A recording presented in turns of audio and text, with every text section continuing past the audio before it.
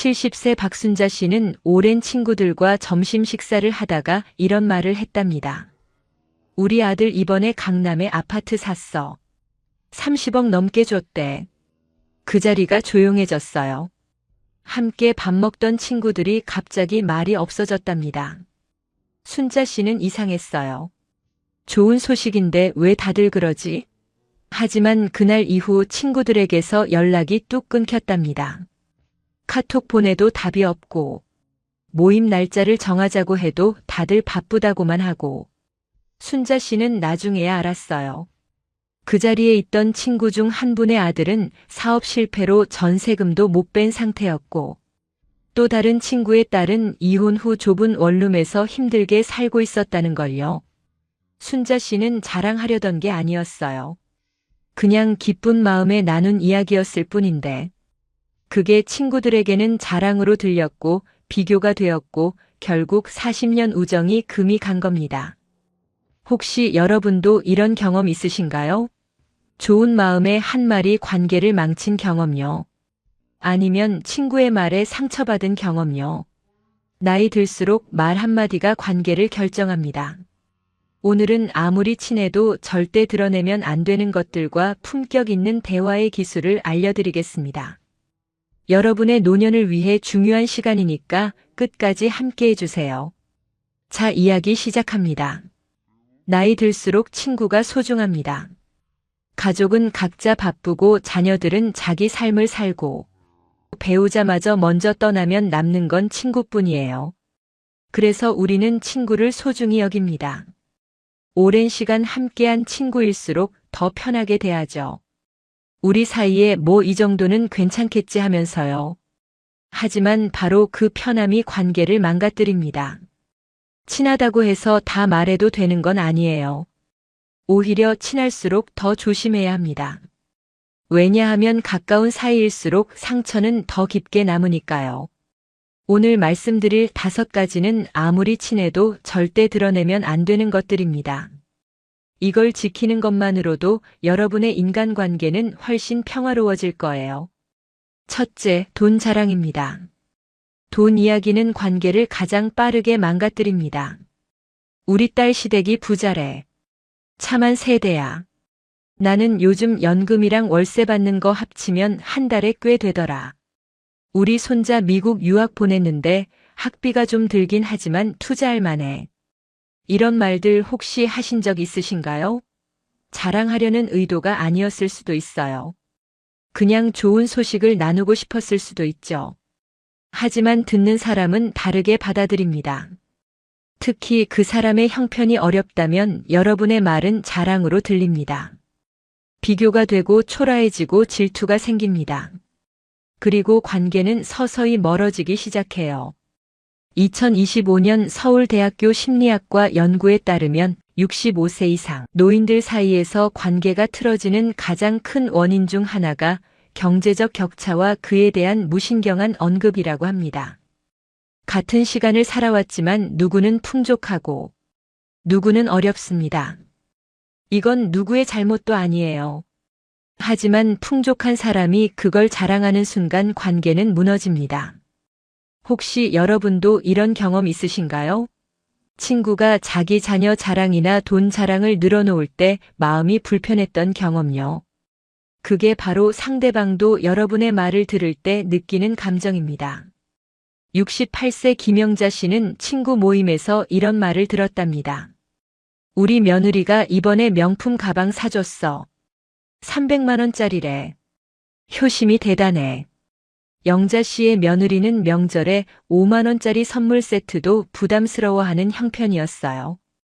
영자 씨는 그 말을 듣고 아무 말 못했답니다. 창피하고 초라하고 비교가 되었어요. 그날 이후 영자 씨는 그 친구와 거리를 두기 시작했답니다. 만나면 또 그런 이야기를 들을 것 같아서요. 영자 씨는 말합니다. 친구가 자랑하려던 건 아니었을 거예요. 하지만 그 말이 내게는 비수처럼 꽂혔어요. 그럼 돈 이야기를 아예 하지 말아야 할까요? 그건 아닙니다. 다만 방식을 바꾸면 됩니다. 자랑이 아니라 고민으로 이야기하세요. 요즘 물가가 많이 올라서 걱정이에요. 연금만으로는 부족해서 어떻게 해야 할지 모르겠어요. 이렇게 말하면 상대방도 공감하고 함께 이야기를 나눌 수 있습니다. 하지만 나는 괜찮아. 우리 집은 여유로워. 이런 식으로 말하는 순간 상대방은 거리를 둡니다. 공자는 이런 말을 했습니다. 군자는 화의부동하고 소인은 동의불화한다. 군자는 조화롭지만 무리지어 뽐내지 않고 소인은 무리지어 어울리지만 진정한 화합은 없다는 뜻이에요. 돈을 자랑하는 순간 여러분은 진정한 군자의 품격을 잃게 됩니다.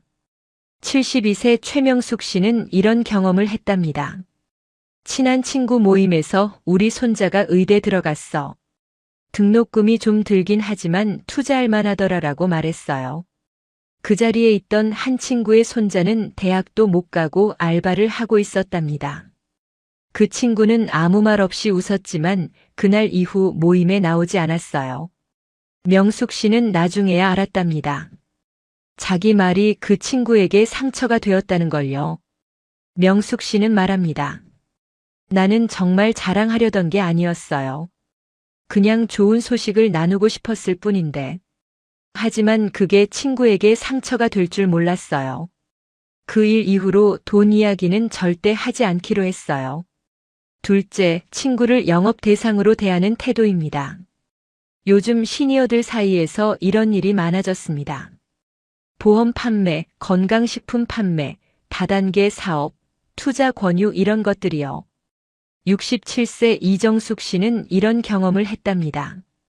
20년 지기 친구에게서 오랜만에 전화가 왔어요. 정수가 오랜만이다. 요즘 어떻게 지내? 반가워서 한참 이야기를 나누는데 갑자기 친구가 말하더래요. 있잖아, 내가 요즘 건강식품 판매하는데 정말 좋더라. 너도 한번 먹어봐. 나한테서 사면 할인해 줄게. 정숙 씨는 그 순간 마음이 식었답니다. 나를 친구로 본 게 아니라 고객으로 본 거구나 하는 생각이 들었대요. 정숙 씨는 생각해 볼게라고 했지만 그 이후로 친구의 전화를 받지 않았답니다. 정숙 씨는 말합니다. 우리 관계가 이 정도였나 싶어서 너무 실망했어요. 혹시 여러분도 이런 전화를 받아본 적 있으신가요? 오랜만에 친구한테 연락이 왔는데 결국 뭔가를 팔려는 거였던 경험요. 그때 기분이 어떠셨어요? 실망스러웠죠? 상대방도 마찬가지입니다. 여러분이 친구에게 뭔가를 팔려고 하는 순간 그 친구는 실망합니다. 우리 관계가 이 정도였나? 하면서요. 물론 생계를 위해 영업을 하시는 분들도 있을 겁니다. 이해합니다.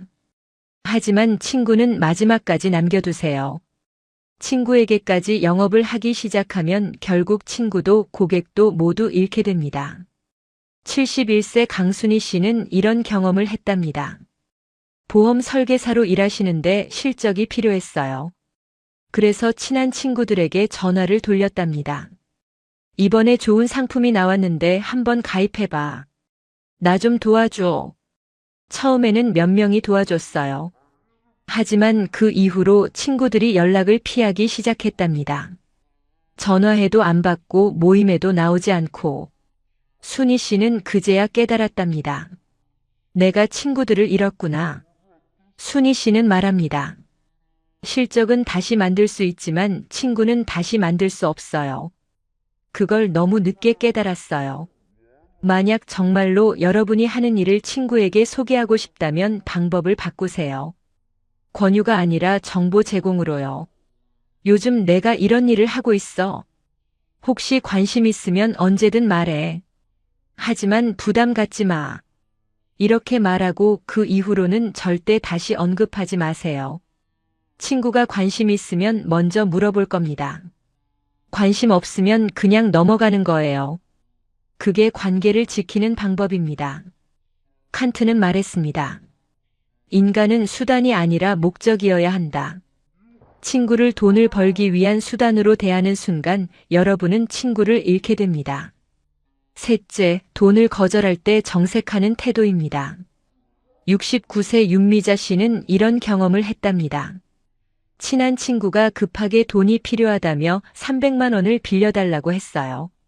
미자 씨도 여유가 없었답니다. 그래서 이렇게 말했대요. 안 돼. 나도 여유 없어. 나도 형편 어려워. 정색하며 단칼에 거절했답니다. 친구는 그래 알았어라고 하고 전화를 끊었는데 그 이후로 연락이 끊겼어요. 미자 씨는 나중에야 후회했답니다. 돈을 못 빌려준 건 어쩔 수 없었지만 그렇게 차갑게 말할 필요는 없었는데 미자 씨는 말합니다. 거절하더라도 따뜻하게 거절할 걸 그랬어요. 혹시 여러분도 이런 경험 있으신가요? 친구에게 돈을 빌려달라고 했는데 정색하며 거절당한 경험요. 그때 기분이 어떠셨어요? 돈을 못 빌린 것보다 그 태도에 더 상처받으셨죠? 거절은 할 수 있습니다. 하지만 태도는 따뜻해야 합니다. 정말 미안해. 나도 도와주고 싶은데 지금 형편이 어려워서 어렵겠어. 대신 다른 방법을 함께 찾아볼까? 이렇게 말하세요. 공감을 먼저 표현하고 그 다음에 부드럽게 거절하세요. 그러면 상대방도 이해합니다. 73세 박경혜 씨는 이런 경험을 했답니다. 친한 친구가 급하게 돈이 필요하다며 500만 원을 빌려달라고 했어요. 경혜 씨도 여유가 없었답니다. 하지만 경희 씨는 정색하며 거절하지 않았어요. 대신 이렇게 말했답니다. 정말 미안해. 나도 요즘 병원비 때문에 여유가 없어서 500만 원은 어려울 것 같아. 하지만 100만 원 정도는 도와줄 수 있어. 그걸로 일단 급한 불은 끄고 나머지는 다른 방법을 찾아보자. 친구는 고마워하며 100만 원을 받았고 나중에 꼭 갚았답니다. 그리고 두 사람의 우정은 더 깊어졌어요. 경혜 씨는 말합니다. 거절할 때도 따뜻하게 거절하면 관계는 끊어지지 않아요. 거절의 기술은 3단계입니다. 첫째, 공감입니다. 힘든 상황이구나. 정말 안 됐어. 상대방의 상황을 먼저 공감하세요. 둘째, 설명입니다. 나도 요즘 형편이 어려워서 자기 상황을 솔직하게 설명하세요. 하지만 자세하게 말할 필요는 없어요. 간단하게만요. 셋째, 대안입니다. 다른 방법을 함께 찾아볼까? 완전히 외면하는 게 아니라 다른 방법으로라도 돕고 싶다는 마음을 표현하세요. 이 3단계만 지키면 거절해도 관계는 유지됩니다. 넷째, 비밀을 지키는 것입니다. 66세 조영숙 씨는 이런 경험을 했답니다. 친한 친구에게 아들의 이혼 사실을 털어놓았어요. 우리 아들이 이번에 이혼했어. 정말 마음이 아파. 이건 비밀인데 너만 알고 있어. 친구는 그래 걱정 마. 나만 알고 있을게라고 했답니다. 하지만 얼마 후 동네 사람들이 다 알게 되었어요. 그 친구가 다른 사람에게 말했고 그 사람이 또 다른 사람에게 말했고 결국 소문이 퍼진 겁니다.